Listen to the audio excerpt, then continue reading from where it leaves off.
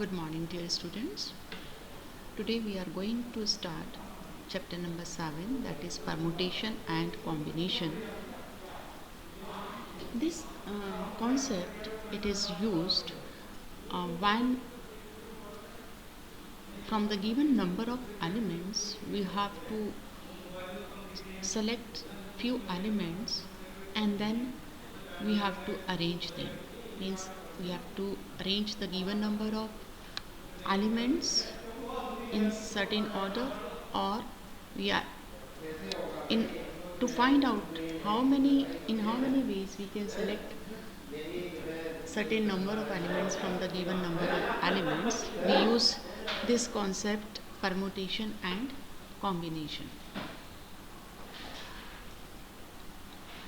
So in this, first of all we will learn what is fundamental principle of counting or the multiplication principle of counting. For this, let us take some problem like if a Mohan has 3 pants and 2 shirts, how many different pairs of pant and shirt can he dress up with? Mohan के पास 3 pant और 2 shirt है, तो वो इन्हें कितने combination के साथ पहन सकता है, ये हमें फाइंड आउट करना है। अब हमारे पास ऑप्शंस क्या हैं? ये जो 3 पैंट्स हैं इनको हमने मान लिया P1, P2, P3, और जो 2 शर्ट्स हैं उन्हें हमने मान लिया S1 and S2। Now Mohan can wear this pant P1 with S1 as well as he can wear this pant with S2. So 2 combinations are P1 S1 and P1 S2. If he chooses to wear pant P2, then again with the pant P2 he can wear shirt S1 as well as shirt S2. So the combination is P2 S1 or P2 S2.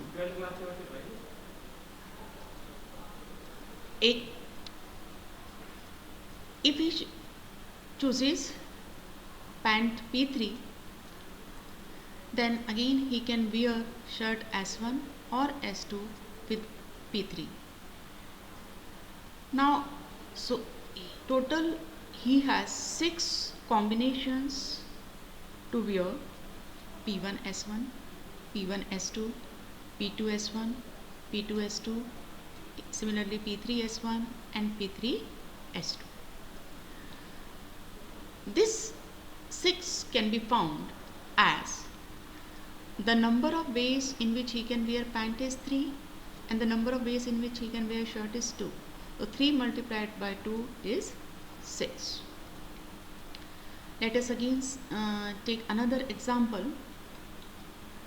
Suppose we have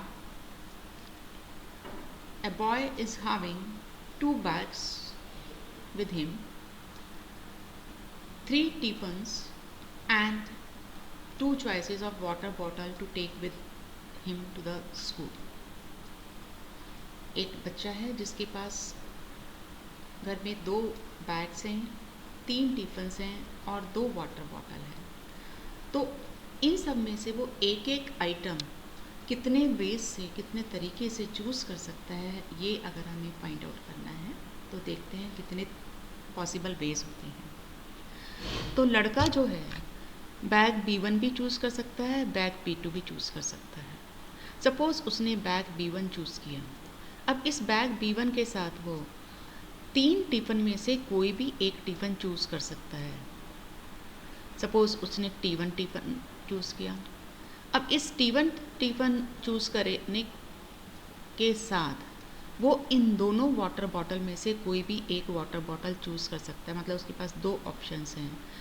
उसने ये choose कर लिया पहले B1 फिर T1 और इसके बाद उसके पास 2 ऑप्शंस हैं, W1 W2 में से कुछ भी चूज़ कर सकता है। तो एक कॉम्बिनेशन उसका बनेगा B1 T1 W1, दूसरा कॉम्बिनेशन बनेगा B1 T1 W2। मतलब वो बैग B1 के साथ T1 टिफ़िन चूज़ करे और वाटर बॉटल W2 चूज़ करे। ये भी हो सकता है कि वो बैग B1 के साथ T1 ना T1 चूज़ करके T1 चूज़ करे, तो T2 T1 चूज़ करेगा तो भी वो W1 W2 दो वाटर बॉटल में से कोई भी वाटर बॉटल चूज़ कर सकता है। तो हमारे पास कॉम्बिनेशन बनेगा B1 T2 W1, B1 T2 W2। इसी तरह से बैग अगर B1 के साथ T3 T1 चूज़ करेगा तो भी दो कॉम्बिनेशन हैं W1 W2, तो B1 T3 W1 और B1 T3 W2, ये दो कॉम्बिनेशंस बन जाएंगे। तो ये कॉम्बिनेशंस तो हो गए बैग B1 के साथ।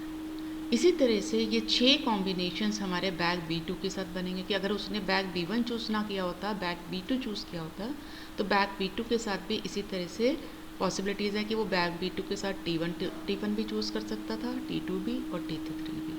और हर T1 चूज़ करने के साथ ही वो आगे उसके पास वाटर बॉटल के लिए दो चॉइसेस हैं, W1 W2 में से कोई भी चूज़ कर सकता है। तो इस तरह से 6 कॉम्बिनेशंस बैग B2 के साथ बनेंगे। तो टोटल कितने तरीके से वो उन बैग्स, टिफन्स और वाटर बॉटल को चूज़ कर सकता है? 12। अब इस 12 को हम कैसे लिख सकते हैं? 12 can be written as 2 multiplied by 3 multiplied by 2। दो चॉइसेस उसके पास बैग की थी, 3 चॉइसेस टिफिन की और 2 चॉइसेस वाटर बॉटल की। तो टोटल जो पॉसिबिलिटीज़ हैं, जितने तरह से वो इनको चूज़ कर सकता है, वो है 2 × 3 × 2।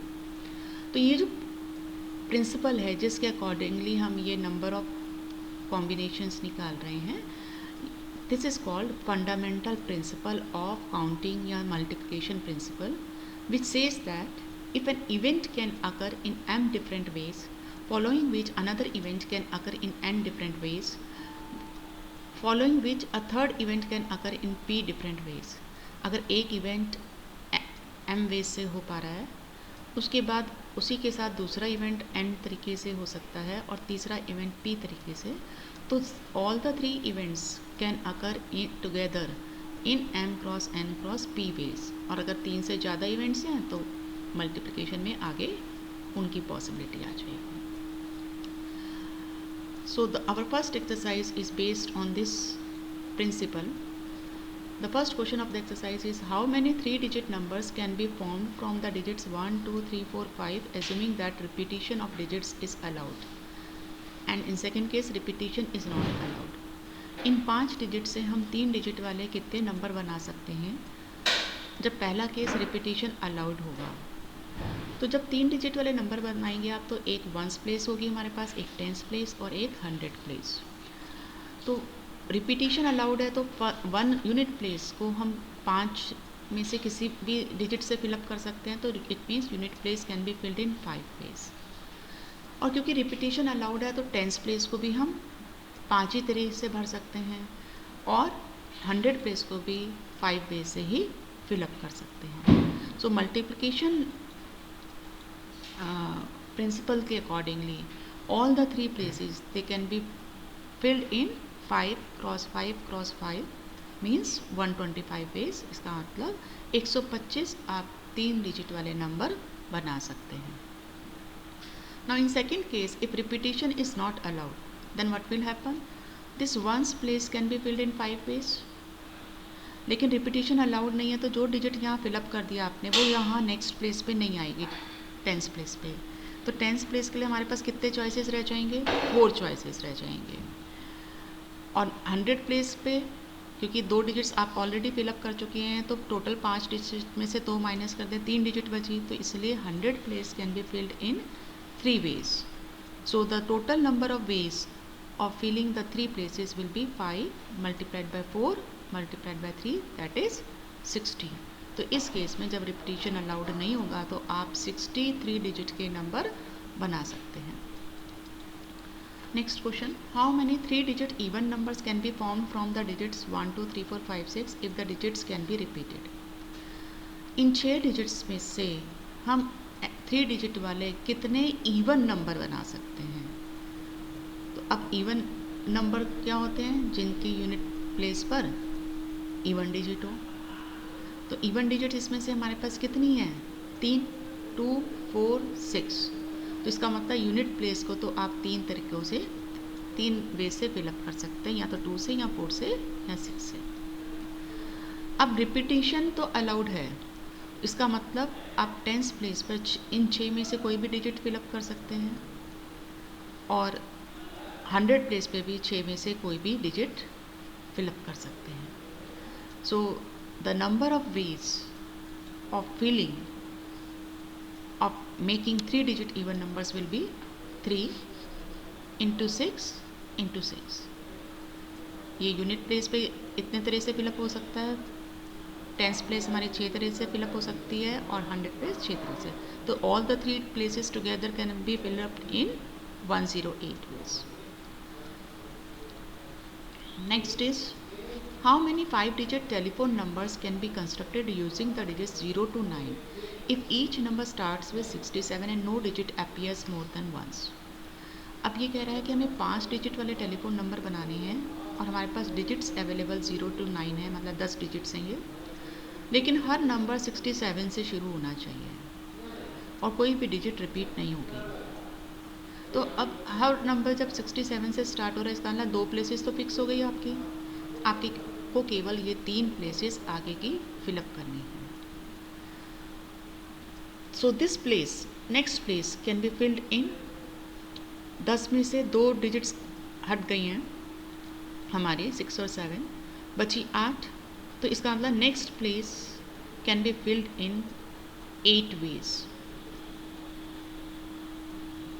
And then next place will be filled in 8 बची थी, उसमें से 1 यहाँ आ गई, फिर 3 डिजिट्स यूज़ हो गई.